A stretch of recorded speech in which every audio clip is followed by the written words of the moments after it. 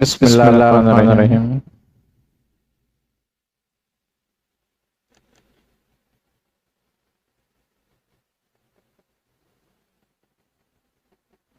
15 शाबान मौजूद जो है हदीस में भी इसकी बड़ी फजीलत है और नबी करीम सल्लल्लाहु अलैहि वसल्लम के अमल से भी ये बात पता चलती है कि आप 15वीं शब में कब्रिस्तान तशरीफ ले गए तो कब्रिस्तान इस रात को जाना वैसे भी सुन्नत हो गई और जाना चाहिए। दूसरी बात यह है कि इस रात में हदीस में है कि पूरे साल के जो फैसले हैं किए जाते हैं। हज़रत शाह वली अल्लाह मुहद्दिस देलवी रहमतुल्लाह अलैह फरमाते हैं कि अल्लाह तबारक व तआला हामिलीन अर्श पर 50,000 साल के फैसले तजल्ली फरमाता है और हामिलान अर्श से फिर मुकर्रबीन को 1,000 साल के फैसले दिए जाते हैं और फिर मुकर्रबीन से फरिश्तों में 100 साल के फैसले होते हैं और फिर दुनिया आसमान पर 1 साल का फैसला मुरतब किया जाता है। तो ये इसी रात होता है। इस रात की इसी फजीलत है कि ये बुजुर्गान इकराम फरमाते हैं कि इस रात को इबादत में गुजारो। कहते हैं कि रोजा भी रखो और इबादत भी, ताकि जब तुम्हारे यहाँ कोई फैसला हो तो तुम इबादत में हो। मौत का भी फैसला होता है, इसमें जिंदगी का फैसला भी होता है। रोज़ रिज़्क़ के फैसले भी होते हैं और तरक्की दर्जात के, किसी को पस्त किया जाता है, किसी को बुलंद किया जाता है। इसी रात होता है ऐसे फैसला। तो इस रात में कसरत से इबादत जो है वो करनी चाहिए। बाज़ बुजुर्गों के नजदीक ये है कि वो कहते हैं कि इस रात में नवाफिल की कसरत करो और हर नफिल में जो है सूरह इखलास पढ़ो। बाद बुजुर्गों से 3 बार है, बाद बुजुर्गों से हर नफिल में 10 बार है और बाद बुजुर्गों ने ये खानदान शतारिया जो है हजरत बस्तामी रहमतुल्लाह अलैह का जो खानदान है उसमें फरमाते हैं कि हर रकात में 50 मरतबा सूरह इखलास पढ़ो। तो इस तरीके से 2 रकात में 100 मरतबा हो जाती है। तो वो कहते हैं इस तरीके से 30 रकात पढ़ो कम से कम। तो उसके अलावा भी मुख्तलिफ दुआएं हैं इसमें। मकसद ये है कि जितना भी कुरान शरीफ पढ़ा जाए, इबादत की जाए, नवाफिल पढ़ी जाए कसरत से, वो बहुत मकबूल है। ये बड़े करम और फजल की रात होती है। अल्लाह तबारक व तआला की रहमत जो होती है अपने जोश में होती है। तो अमाल रद्द नहीं होते, लेकिन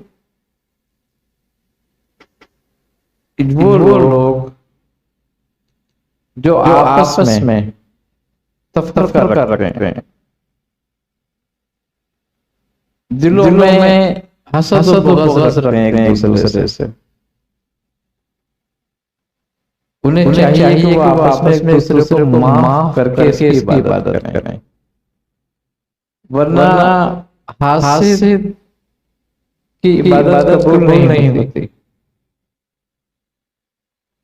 बहतान अंगेज़ की इबादत कबूल नहीं होती। बाकायदा हदीस में ये बातें। और हमें चाहिए कि अगर हमारा किसी से कोई झगड़ा है, कोई बात है, कोई इख्तिलाफ है आपस में, तो हमें चाहिए कि हम एक दूसरे से उसको रफा दफा कर लें, ताकि जब हमारा फैसला कोई हो तो हम पे कोई गुनाह या कोई इल्जाम ना हो। और खास तौर पे अल्लाह तबारक व तआला अपने हुकूक माफ फरमा देता है, बड़ा रहीम है, लेकिन मखलूक के जो हुकूक है वो मखलूक ही माफ करेगी। अगर मैंने किसी का दिल दुखाया है तो मुझे उससे माफी मांगनी है कि वो ही माफ करेगा, मुझे तो होगी, नहीं होगी। तो लिहाजा हमें ये चाहिए कि हम इस बात का भी ख्याल करें। खाली इबादत ही जो है ना, वो सब कुछ नहीं होता उससे। इस्लाम एक पूरा ज़ाब्ता हयात है, और इसमें लोग एक दूसरे से जुड़े हुए हैं। तो जब एक दूसरे से जुड़े हुए हैं तो एक दूसरे के हकूक का, एक दूसरे की मिजाज का ख्याल रखना है कि हमारी जुबान से, हमारे हाथ से, हमारे किसी अमल से किसी को तकलीफ ना हो, किसी की बेइज्जती ना हो। आई ना समझ, किसी का दिल ना दुखे।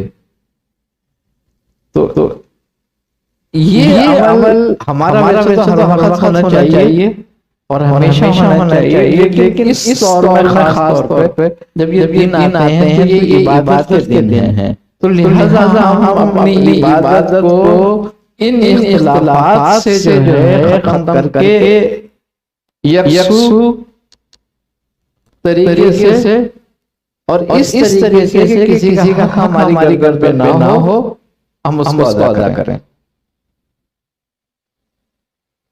इसी में मौजूद जिंदगी के फैसले होते हैं।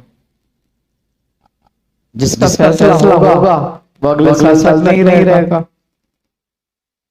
तो लिहाजा वो अपने साथ लोगों के इल्जाम, हसद, ये अपने दिल में लेके जाए तो क्या नतीजा? लिहाजा सबसे माफी यही खत्म किया जाए ताकि आगे की मंजिलें आसान रहे। कर्जा है तो कर्जा अदा करे, अगर अल्लाह तौफीक दे तो कर्जा अदा करे।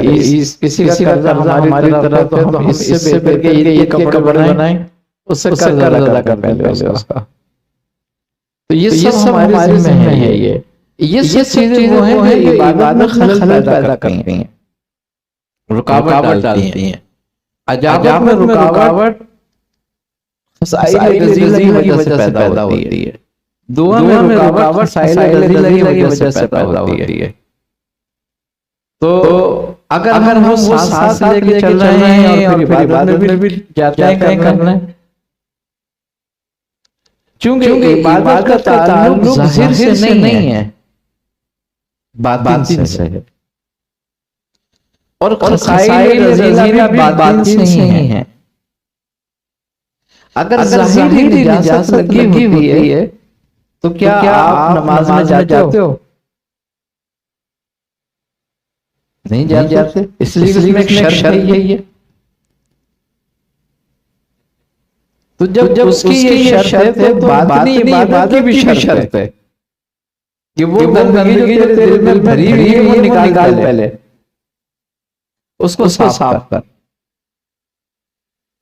ताकि इसमें नूरे इलाही जाहिर हो और तेरी आगे की मंजिलें आसान हो। तो ये जो महीने हमारे लिए आते हैं, रजब है, अल्लाह तबारक व तआला मानता है कि मेरा महीना है, शाबान रसूलुल्लाह सल्लल्लाहु अलैहि वसल्लम मानते हैं मेरा महीना है, और रमजान आपने फरमाया कि रमजान जो है वो मेरी उम्मत का महीना है। क्यों? कि रोजे रखे जाते हैं, कसरत से इबादत की जाती है, सदक़ात होते हैं, ज़कात होती है, फितरा अदा किया जाता है, यानी कि सारे इबादत के काम इस महीने में ज्यादा हो रहे होते हैं। तो ये उम्मत का महीना है, क्योंकि उम्मत की कसरत रही होती है ना इबादत की।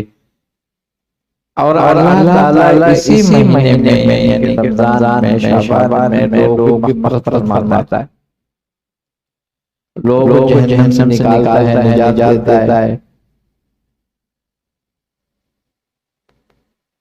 ये सारा अमल हम समझते बाद में होगा कि जहन्नम से निकाला जाएगा, जहन्नम में डाला जाएगा।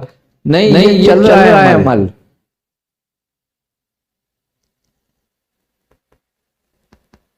ये अमल चल रहा है।